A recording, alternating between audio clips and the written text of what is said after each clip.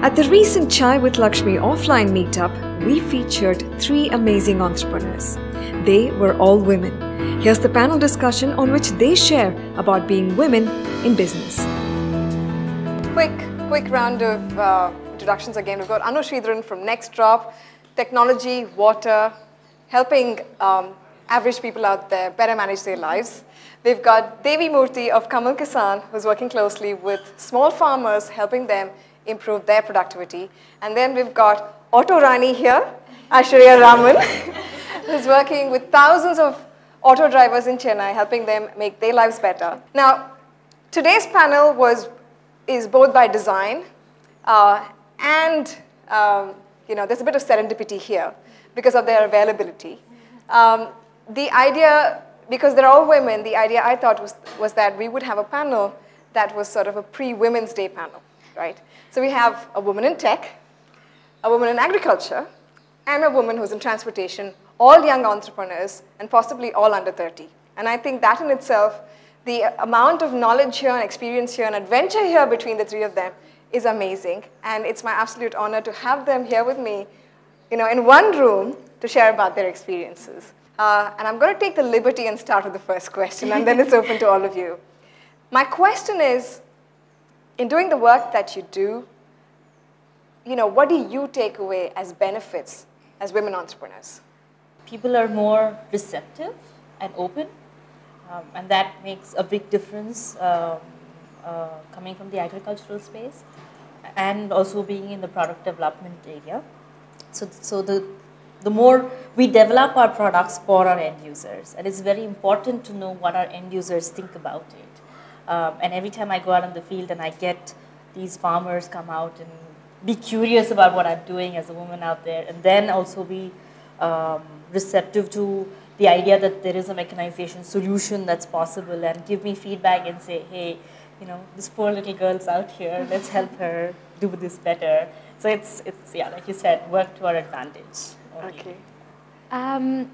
With the auto drivers, there's a huge trust deficit, with the other stakeholders, auto drivers versus the other stakeholders, commuters, the government, trade union leaders themselves.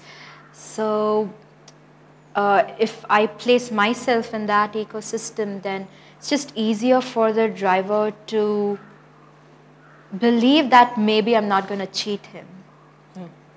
So I'm able to earn, so I would say that the greatest strength for our organization is that we've got women, and we've got transgender women working with us. So in that sense, we are able to earn the trust of the driver. So I think I'll answer it the same way that they've answered it. I think that in technology, at least, there's a deficit of viewpoints and diversity. It was very clear to me because we all learned how to code. In order to make a product, I think you need to know how to experience it, how to develop it. And me and one of my other co-founders who I live with, when we were trying to make one of the products, it was very obvious that this feature should have been there. But the guys who made it, they were like, no, why did we need that? And so I think it really clicked that bringing diverse opinions to technology and that space is hugely important, because previously there was only one sect of the population that was creating technologies that touched millions of lives. So now if you open that space up and more diverse opinions are shaping those technologies, how many more lives can we touch? And to me, that's kind of what I would hope to bring, more women to create technologies. And I can only imagine, what sorts of things we can do. Fantastic. Now open to you for questions. Mohan's got a hand mic and he'll come around to you. Yes. In terms of spreading your message and getting the message across, since we know many of you are not actively marketing it or going and advertising it, how important is it for media exposure for your startups? And that's where probably organizations like Chai with Lakshmi come into the picture. Do you think there is enough media exposure, or is there something lacking that such organizations could do? On April 6th, we'd gone live on Facebook, and in less than 24 hours, we'd got calls from all the vernaculars and most of the English media houses in Chennai. And we decided not to do any stories simply because we didn't have enough number of drivers with us. So again, it's a very it's a very subjective matter for every organization. Now we do extensive PR again because we know that the idea works. We know that there are drivers who are loving the system. We know we can deliver on what we are promising in the media. Is there enough media coverage of social enterprises who are also startups? Not many. The English media in different regions does its best, but we find that the vernaculars don't really write, particularly in my case, the vernaculars don't really do a lot of stories in this particular space unless we pay them. But yeah, but what Aishwarya said does kind of substitute what Anu also said, is that you test the product, you feel confident enough to go out and spread the message. And a lot of times you're spreading the message for two things. One is, of course, to get the fundraising activity going on, but also to recollect what Aishwarya said before is for external validation. It's a huge boost to the when you have that burnout time and somebody comes in and tells you, hey, good job. So you feel like, all right. Yeah. And I think you, Anu, of amongst the four of us here, have had the most amount of press coverage. NextDrop, I think, probably because of the whole Berkeley Connect, and there are mentors, and I think you've had a round of funding as well.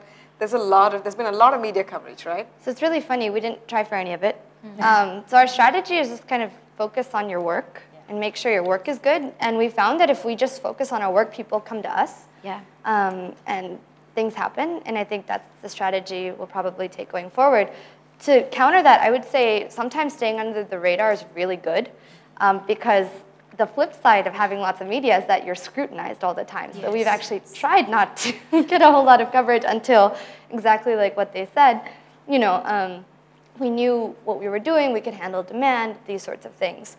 You also might want to wait and strategically do your media so that when you have raised enough money to handle the demand, that's when you kind of, do that sort of, I guess, that push. So it all boils down to how well you're able to delight your customers. So in my case, it's the call auto part that does all the talking. So if I'm not able to wow the commuter sitting in my auto rickshaw, then I don't do media. I don't do PR. So on a lighter note, Aishwarya, just wanted to your reactions. If you ever plan to expand to Bangalore and Karnataka, I think you've already got the name really correct. There's a lot of local connect with the name Auto Raja. There are movies being made. Yeah, there's a film by that name. Exactly. In fact, Auto Rani is also a name taken by a Marathi movie, I would guess. So you've got the branding in place. Yeah. I kind of second what the rest said about lovely afternoon spent on a Sunday. 3 bright young people doing outstanding stuff. Each of them being very diverse in what they're offering. I had a question for 3 of you, and the question was, since all 3 of you are social entrepreneurs and in a sense in a startup mode to some extent, if you had to kind of choose between spreading your message, scaling up, and raising funds, what would be the most important thing? I run a very small little social, let's say, initiative in Bangalore. And I mean, we're not in the size or scale of what you are, but I find all 3 big challenges at this moment. We're just about 4 years old, so we kind of begging away. But lovely to hear from you about what you think are the challenges. I think that's a trick question. Yeah. How do you answer that? Well, so the 3 choices were scaling up, getting the message out, and looking for funding. Looking for funding. So I think I would answer that in throughout the life of a company, different things are important at different times. And you just have to identify what's the important thing at that time. I think it's cyclical, because I think we've just gone through 1 cycle, maybe 2 cycles, and now we're on to the 3rd cycle. So first is you have to figure out what you're proving. So you have to build it out and test it. Did it work? Once you did that, then simultaneously, you get the message out to make sure that people are using it. And then once you have the traction and the prototype, then you raise funds. Because raising funds without traction or a prototype doesn't really work. So those are the 3 steps that I see, and you just keep iterating on that. And I think the size of the money that you raise is larger, and the amount of work that it takes between each cycle gets longer as well. That's how it ends up. If there's one message that you want us all to think about, what would be that message? first? Yeah, you can go first. Bang time. Well, I'd say as a child, my mom taught me something. She said the purpose of one's life is not about the self, but it's that thing that's beyond the self, that's bigger than the self. So to me, running this social enterprise is all about impacting lives. So if you think you're not able to impact lives, if you think you're not significantly touching people's lives, then you're not in the right job, or you need to reconsider what we're just doing. It's all about the people, so think about how you're impacting their lives. That's from me. I think you've bought enough time. So one thing that I didn't realize during college, because I was really bad at college and I failed a lot, I didn't realize that it would prepare me well for entrepreneurship. So I think it's just getting comfortable with even reframing the idea of failure. I don't think we fail, we just learn what not to do, and just getting very comfortable with that and owning that. I think that's the #1 thing you can do if you want to have a successful business, because most of the things that you think will work probably won't. And it's really just how well can you get back up on your feet and say, okay, that didn't work, let's try it this way. So, Thank you. Dave? So if this was a message going out to the average Indian youth out there, I'd probably say Not that... just youth, me too. Come in. You're very young and vibrant. Why would you count yourself out? Youth is like 25. Don't fall in that category anymore, please. No, but, well, all right, to the average Indian out there perhaps is, I think I see so many people coming and asking me that, why is it that you chose this path of entrepreneurship? And I say, I couldn't have thought of doing anything else. I mean, at one point in time, the idea was just so embedded in your head that you can't imagine not doing it. And I feel like we really should go out there and take chances. I mean, if your current life isn't satisfactory, then the onus lies on you to do something about it. And getting in that comfort zone is probably sometimes also complacency, and it's derogatory to your mission in life. So the change is in your own hands. Fantastic. Thank you so much. Great having you on this panel, and thank you so much for joining us today. Thank you. Join our mailing list at chaiwithlakshmi.in/subscribe.